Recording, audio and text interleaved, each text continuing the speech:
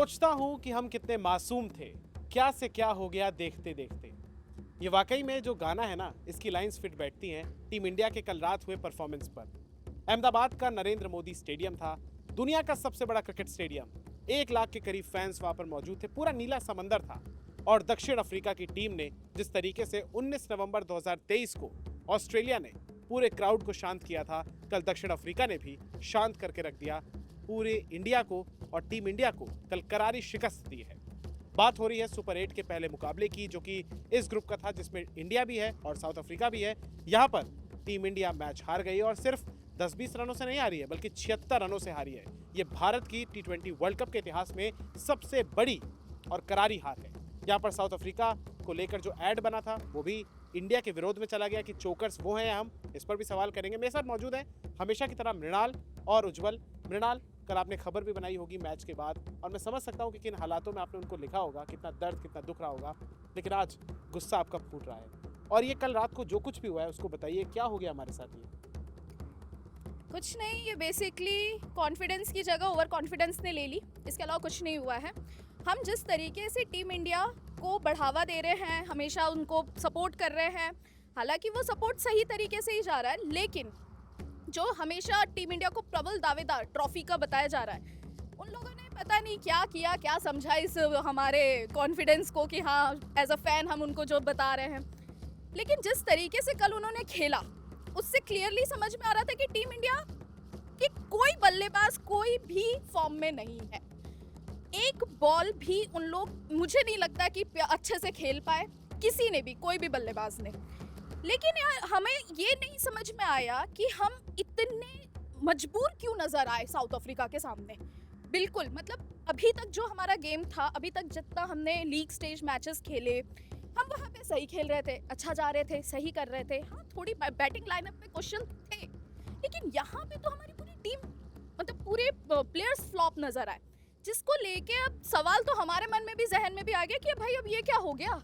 क्योंकि आने वाले मैचेस में अब तो हमारे पास और भी बड़ी बड़ी टीम है। कहा जा रहा था कि इंडिया का तो ये पहला मैच है T20 वर्ल्ड कप में जो बड़ी टीम के साथ है, तो हम पहले ही मैच में कोलैप्स हो गए। अब तो ये बहुत बड़ा सवाल हो गया कि आगे क्या होगा भाई अब। और इसी के साथ साथ जब मृणाल ये बात कह रही थी कोलैप्स को लेकर, तो मेरे दिमाग में एक आंकड़ा आया, मैं आपको बताता हूँ। साउथ अफ्रीका और इंडिया दोनों 24 के वर्ल्ड कप के बाद एक एक मैच हारी हैं। साउथ अफ्रीका फाइनल में इंडिया के अगेंस्ट हारी थी, और इंडिया अब साउथ अफ्रीका के अगेंस्ट सुपर 8 में हार गई है। मैं उज्जवल की तरफ आऊँगा। उज्जवल, हम और आप और मृणाल, देवेश आज मौजूद नहीं है, हम चारों ये बात कहते थे कि भाई तिलक वर्मा, अभिषेक शर्मा भले फॉर्म में नहीं है, लेकिन जिस दिन चलेंगे उस दिन दूसरी टीम की बूंदियाँ उड़ा देंगे। लेकिन कल भी ऐसा ही हुआ, दोनों प्लेयर्स नहीं चले, और इनफैक्ट कल तो पूरी टीम नहीं चली।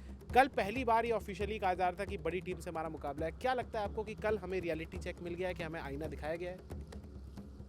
बिल्कुल बिल्कुल दिखाया गया है। और मैं इस पूरे फ्लॉप को, पूरे बैटिंग कोलैप्स को सिर्फ एक अभिषेक के माथे नहीं मोड़ना चाहता हूँ कि अभिषेक पे हम इतना डिपेंडेंट हो गए थे कि हमें ये लग रहा था कि अभिषेक नहीं चला मतलब इंडिया नहीं चला। ऐसा नहीं होता, ये टीम गेम है, क्रिकेट टीम गेम है। आप पूरी टीम को देखिए ना।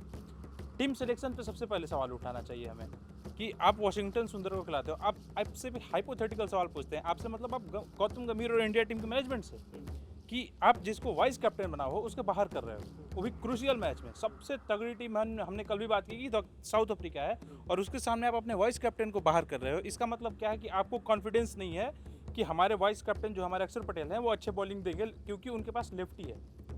उनके टीम में जाओ। Keshav Maharaj left arm bowler है, हमारे पास 6 लेफ्ट आर्म बैटर हैं। अभिषेक शर्मा हो गए, तिलक वर्मा हो गए, ओपनर ईशान किशन हो गए, रिंकू सिंह, शिवम दुबे, वॉशिंगटन सुंदर। 6 बॉलर के सामने वो अपने स्ट्रेंथ को बैक कर रहे हैं, और वो अपने केशव महाराज को खिला रहे हैं। और केशव महाराज का ही ओवर था जहाँ से मैच खत्म हो गया, 3 विकेट लेकर निकाला उन्होंने।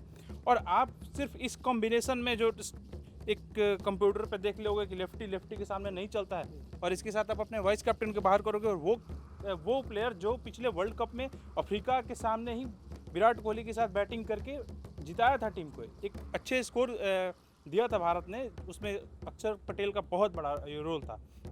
तो सबसे बड़ा सवाल है, मैं इसमें एक और सवाल करता हूँ कि अगर आपके टीम में वो फिट नहीं बैठते हैं, हाइपोथेटिकली मान लीजिए सूर्या इंजर्ड हो गए, तो 2 चीज़ कंप्रोमाइज़ करना, या तो आपको कोई नया कप्तान बनाना पड़ता, ठीक है, या तो आप फिर जो कॉम्बिनेशन आप ढूंढ रहे हैं, जो गौतम गंभीर का कॉम्बिनेशन ढूंढ रहे हैं, उस कॉम्बिनेशन में ज़बरदस्ती अक्षर पटेल को कैप्टन बना के खिलाना पड़ता है। तो ये कैसी टीम है भाई कि आपका ना वाइस कैप्टन फिक्स खेल रहा है और कैप्टन आउट ऑफ फॉर्म है। जाहिर सी बात है कि अब सारे के सारे जो लूप होल्स थे वो खुलकर सामने आ रहे हैं, क्योंकि जब आप जीतते रहते हैं कहीं ना कहीं फोकस आपका नहीं रहता है, लेकिन जब आप हारते हैं तो हार कहीं ना कहीं उस दर्पण की तरह साबित होती है जो कि सारी चीज़ें बाहर निकाल लेती है। मृणाल की तरफ मैं लौटूंगा। मृणाल, एक बात बताइए, जब कल जसप्रीत बुमराह और अर्शदीप सिंह गेंदबाजी कर रहे थे, दोनों गेंदबाजों ने 43 रन दिए और 5 विकेट्स हासिल किए। आप समझ रहे हैं, आधी टीम साउथ अफ्रीका की ये दोनों ले गए। साउथ अफ्रीका ने 4 तेज गेंदबाज खिलाए। क्या हम लोग पिच को रीड नहीं कर पाए? हमारी रणनीतियों में कमियां थी।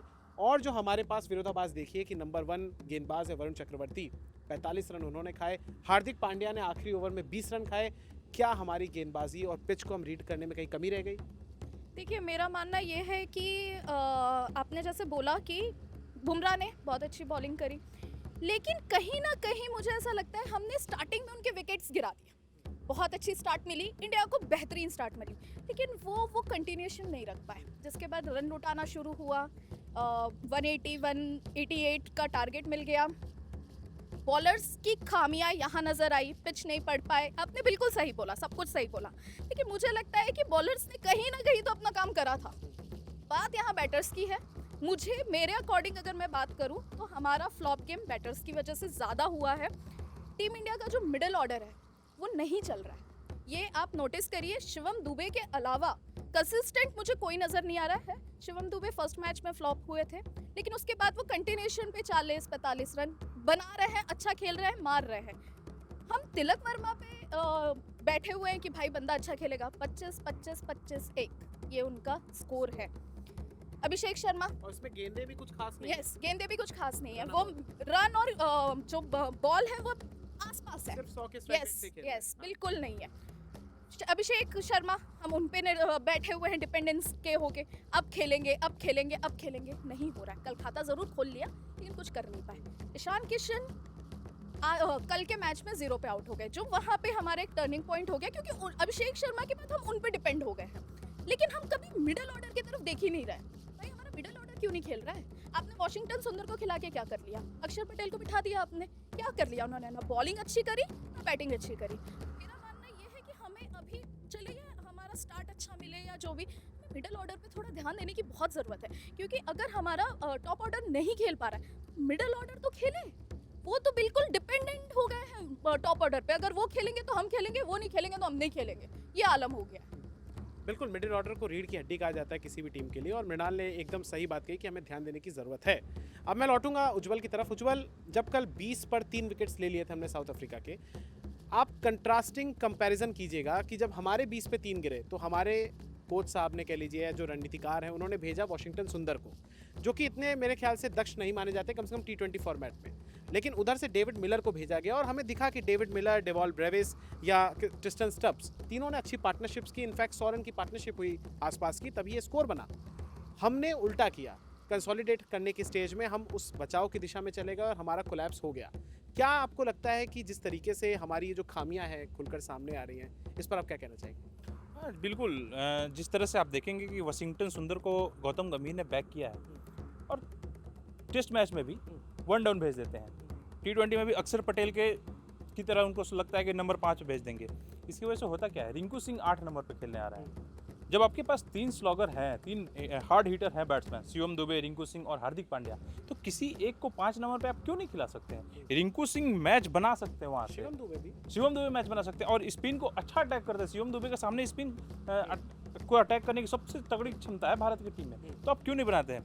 दूसरा, आपने जो बात की कि उनकी भी विकेट शुरू में गिर गई, हमारे भी गिर गई। उनके पास डेविड मिलर था, डेविड मिलर ने आके, और डेवॉल ब्रेविस, इन दोनों ने आके टेम्पो सेट किया और बॉल के अकॉर्डिंग गेम खेला। हमारी तरह नहीं, हम आ रहे हैं और बल्ला चला रहे हैं। एक तरह से जो बेसबॉल इंग्लैंड में चल रहा है, वो हमने सोच लिया है कि हम अपने ईगो पे खेलेंगे और हम मारेंगे ही मारेंगे, चाहे कुछ भी हो जाए। आपको पिच, आपको बॉलर को रिस्पेक्ट करना ही पड़ेगा। आप कभी भी क्रिकेट से ऊपर नहीं उठ सकते। इंग्लैंड का हाल क्या हो गया, बेसबॉल हो सकता है कि 2 दिन चल जाए, 6 महीना चल जाए, 7 महीना चल जाए, लेकिन end of the day cricket ही जीतेगा। कभी ऐसा नहीं हो सकता कि बैट्समैन हो और बॉलर पे इतना डोमिनेट कर जाओ कि जब पाटा विकेट मिलेगा आप 200, 250 और 280 रन भी बना दोगे T20 में। लेकिन जैसी अब आईसीसी का टूर्नामेंट है, विकेट जो है वो बराबर का बनाया कि कंटेस्ट हो बैट्समैन और बॉलर में। मैं अश्विन को आज सुन रहा था सुबह सुबह, उन्होंने बताया कि आईसीसी ने ये किया है कि जो अपने उनके टूर्नामेंट है उसमें वो अपने अकॉर्डिंग पिच बना रहा है, तो उसमें बैटर और बॉलर के बीच में कंटेस्ट देखने को मिल रहा है। और जब भी ऐसा दिखेगा तो आप क्रिकेट के हिसाब से ही खेलोगे, आप अपने जिद और अपने ईगो पे खेलोगे कि नहीं मैं हर बॉलर को मारूंगा, तो आप कोलैप्स होगे, ये फिक्स है। अब जाते जाते एक एक सवाल, सेम सवाल होगा, दोनों से मैं ओपिनियन जानना चाहूँगा। मृणाल, शुरुआत में आपसे करूँगा। मैंने देखा और सभी ने देखा कि कल जब ईशान किशन ने शुरुआती 2 बॉलें डॉट खेली, तीसरा शॉट उन्होंने मारा, हवा में मारा, ना उसमें मिडिल हुआ बैट, ना कोई टाइमिंग थी, पर शायद दिमाग में एक चीज़ थी कि ईगो था कि भाई ये 2 बिंदी गेंदें कैसे हो गई, अब तो मैं मारूंगा। क्या ईगो की वजह से कल हम हारे हैं या स्किल्स में कमी है, स्किलफुल नहीं है हमारे बालक, इसकी वजह से हम लोग हारे हैं? देखिए, मैं ईगो तो नहीं बोलूँगी, हमारे लोग हैं, बिल्कुल अच्छा खेल रहे हैं, खेलेंगी भी आगे। एक मैच ख़राब होने से मैं उनके काबिलियत पे शक नहीं करूँगी, लेकिन मैं यहाँ पे ज़रूर उनको ये बोलना चाहूँगी कि आप अपनी स्किल डेवलप करें, है आपके पास, बिल्कुल है, आप खेल रहे हैं, आप अच्छा खेलेंगे भी, लेकिन मेरा मानना ये है कि थोड़ा धैर्य रखें, धैर्य से खेलें। आपके पास बड़ी टीम है, आप छोटी टीमों के खिलाफ नहीं खेल रहे हैं कि हाँ भाई उठाया मार दिया, उठाया मार दिया। थोड़ा शांति से, आपके दो बॉल डॉट हुए, फर्स्ट और सेकंड बॉल ही तो डॉट हुए थे, आपको ज़रूरत नहीं थी भाई, आप खेलिए, आपके पास बड़ा स्कोर था, आप अच्छे से खेल सकते थे। लेकिन आप अगर इस तरीके से आगे भी, हमारे पास वेस्ट इंडीज़ और जिम्बाब्वे तो बहुत अच्छा खेल रही है इस टूर्नामेंट में, तो इनके खिलाफ भी अगर आप ऐसे ही इसी रुतबे के साथ खेलेंगे तो कहीं ना कहीं हमारे लिए ये बहुत बड़ा नुकसान साबित होगा। उज्जवल, सेम क्वेश्चन मेरा आपसे है, ईगो या फिर स्किल्स में कमी, किस बात को आप कल वजह मानते हैं हमारी हार की? नहीं, मैं स्किल में कमी नहीं मानता हूँ, क्योंकि अगर भारतीय टीम में किसी का सिलेक्शन हुआ है तो स्किल्ड है। लैक ऑफ प्रिपरेशन मैं बोल सकता हूँ इसको, क्योंकि मैं जब बॉलिंग देख रहा था साउथ अफ्रीका के, तो आप ये छोड़ दीजिए कि विकेट किन्होंने लिए, मार्को यानसन ने विकेट लिया, केशव महाराज ने विकेट लिया, लेकिन आप लुंगी एंगेडी की बॉल याद कीजिए, बहुत अच्छा स्लोअर डाला। हाँ, बहुत वेरिएशन। और मार्को यानसन भी जिस बॉल पे विकेट लिए हैं वो स्लोअर में ही, आप हिट करने गए हो, बॉल रुक के आई है, बहुत स्लो आई है, और बॉल एज लेके सीधे कैच हो गया है। तो मुझे ये लग रहा है कि आपका प्रिपरेशन जो था उसमें कमी थी। अगर आपको आगे टूर्नामेंट में बने रहना है तो अब बड़े मार्जिन से जीतना होगा, तो प्रिपरेशन उसके हिसाब से करना होगा। और सामने एक और फिर तगड़ी टीम है वेस्ट इंडीज़ को T20 में कभी नहीं कम आका जा सकता है, तो वेस्ट इंडीज़ के सामने आप पूरा प्रिपेयर होके आइए। और आपको लग रहा है कि कोई चेंज करना है तो एक स्ट्रॉन्ग डिसीजन लीजिए, लेकिन मुझे ऐसा लग रहा है कि कंसिस्टेंसी होना चाहिए। अक्षर पटेल को टीम में वापस लेना चाहिए, बाकी कोई टीम में चेंज नहीं होना चाहिए। अगर भरोसा देंगे और टीम को बैक करेंगे तो मुझे लग रहा है कि इंडिया फिर से यहाँ से फाइट बैक करेगी। बिल्कुल, हम सभी ये उम्मीद कर रहे हैं कि इंडिया फाइट बैक करे, कम बैक करे, और जो हिस्ट्री रिपीट और हिस्ट्री डिफीट वाला हमने नारा दिया है उस पर सही मायनों में हम लोग सार्थक उसको सिद्ध करें। लेकिन अब जाते जाते हमारे 2 मैचेस बचे हुए हैं, जिम्बाब्वे के अगेंस्ट और वेस्ट इंडीज़ के अगेंस्ट। दोनों जो हमारे सहयोगी हैं उनका कहना है कि अब इंडिया को अपनी प्रिपरेशंस ठीक करनी पड़ेगी, सीखना पड़ेगा, और सबसे महत्वपूर्ण जो दोनों ने कहा कि कंडीशंस को रिस्पेक्ट करना पड़ेगा। आप भले ही ताबड़तोड़ बल्लेबाज हो सकते हैं, लेकिन थोड़ा सा आपको सिनेरियो, सिचुएशन, कंडीशंस को देखकर ही आपको एनालाइज करके बल्लेबाजी और गेंदबाजी करनी होगी। उम्मीद करते हैं कि टीम इंडिया आगे इन तमाम चीज़ों को सीखेगी, और बेहतर वही लोग जानते हैं, अपनी उनसे ज़्यादा दुखी कोई नहीं होगा। हम फैंस अपसेट हैं लिटरली, लेकिन कहीं ना कहीं अब कोच गंभीर, पूरी टीम, सूर्य कुमार, सबको ही सोचना होगा कि टीम इंडिया घर पे खेल रही है और प्रिपरेशंस को पुख्ता करने की ज़रूरत है, और फिर कमबैक की ज़रूरत है। तो देखते रहिए भारत बज़ लाइव, हमें दीजिए इजाज़त, नमस्कार। भारत बज़ लाइव, हर खबर में भारत।